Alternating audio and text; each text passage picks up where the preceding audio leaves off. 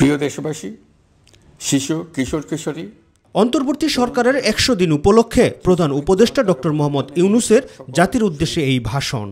সবাইকে জানাচ্ছি আমার সশ্রদ্ধ সালাম ও গভীর শ্রদ্ধা। শুরুতেই ক্ষমতা গ্রহণের প্রেক্ষাপট তুলে ধরেন তিনি। আপনারা জানেন কি কঠিন এক পরিস্থিতিতে আমাদের দায়িত্ব গ্রহণ করতে হয়েছে। ছাত্র শ্রমিক জনতার অভূতপূর্ব গণ অভ্যুত্থানের পর ফ্যাসিস্ট সরকার প্রধান পালিয়ে গেলে দেশ সরকার শূন্য হয়। জুলাই আগস্ট হত্যাকাণ্ড সহ সকল অপকর্মের বিচারের উদ্যোগ নেওয়া হয়েছে জানিয়ে শেখ হাসিনাকেও ভারত থেকে ফেরত চাওয়া হবে বলে জানান প্রধান উপদেষ্টা। জুলাই আগস্ট হত্যাকাণ্ডের বিচারের যে উদ্যোগ আমরা নিয়েছি তার কাজও বেশ ভালোভাবে এগিয়ে যাচ্ছে।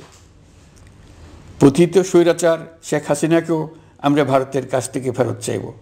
কেবল জুলাই আগস্ট হত্যাকাণ্ডই নয়, আমরা গত ১৫ বছরে সব অপকর্মের বিচার করব। তিনি জানান গণ অভ্যুত্থানে সকল শহীদদের পরিবারকে পুনর্বাসন এবং আহতদের চিকিৎসার সম্পূর্ণ ব্যয় বহন করবে সরকার। সকল আহত শিক্ষার্থী, শ্রমিক, জনতার চিকিৎসার সম্পূর্ণ ব্যয় সরকার বহন করবে।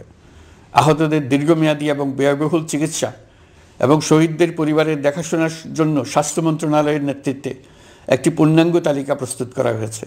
পুলিশের মনোবল ফিরিয়ে আনার পাশাপাশি আইন শৃঙ্খলা রক্ষায় বাংলাদেশ সেনাবাহিনীকেও কিছু নির্বাহী ক্ষমতা দেওয়া হয়েছে, যা পরিস্থিতির দৃশ্যমান উন্নতিকে সহায়তা করছে বলে জানান ডক্টর মোহাম্মদ ইউনূস।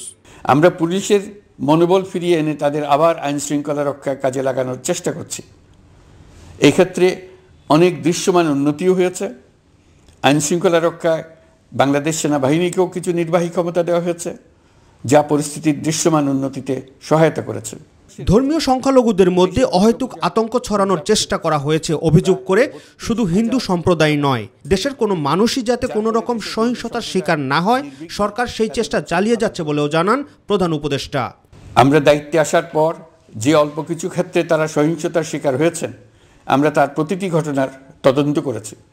শুধু হিন্দু সম্প্রদায় নয়, দেশের কোনো মানুষই যাতে কোনো রকম সহিংসতার শিকার না হয় সেই জন্য আমরা যথাসাধ্য চেষ্টা করছি। মধ্যস্বত্বভোগীদের দৌরাত্ম্য কমিয়ে নিত্যপণ্যের দাম সহনীয় পর্যায়ে রাখতে সরকারের নেয়া নানা পদক্ষেপের কথাও তুলে ধরেন তিনি। মধ্যস্বত্বভোগীদের দৌরাত্ম্য কমিয়ে ডিমের উৎপাদকরা যাতে সরাসরি বাজারে ডিম সরবরাহ করতে পারে সেই উদ্যোগও নেওয়া হয়েছে। মানুষ যাতে স্বল্প মূল্যে কৃষিপণ্য কিনতে পারে সেজন্য রাজধানী সহ বিভিন্ন স্পটে সরকারি কিছু পণ্য বিক্রি করা হচ্ছে।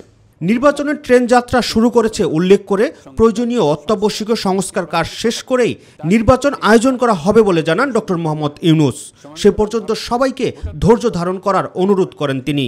তবে আমি আপনাদের কথা দিচ্ছি, আপনারা সুযোগ দিলে প্রয়োজনীয় কিছু অত্যাবশ্যকীয় সংস্কার কাজ শেষ করেই আমরা আপনাদের কাঙ্ক্ষিত নির্বাচন আয়োজন করব।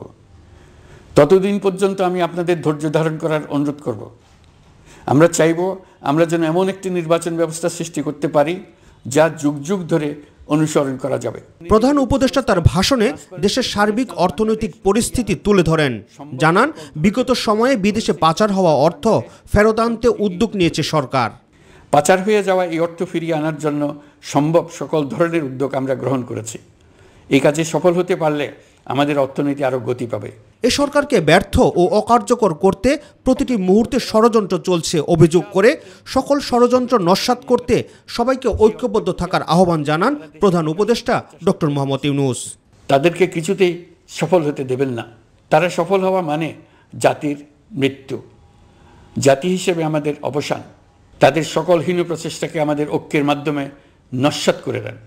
রাকিব হাসান, মাই টিভি, ঢাকা। তাদের বন্দুকের গুলিকে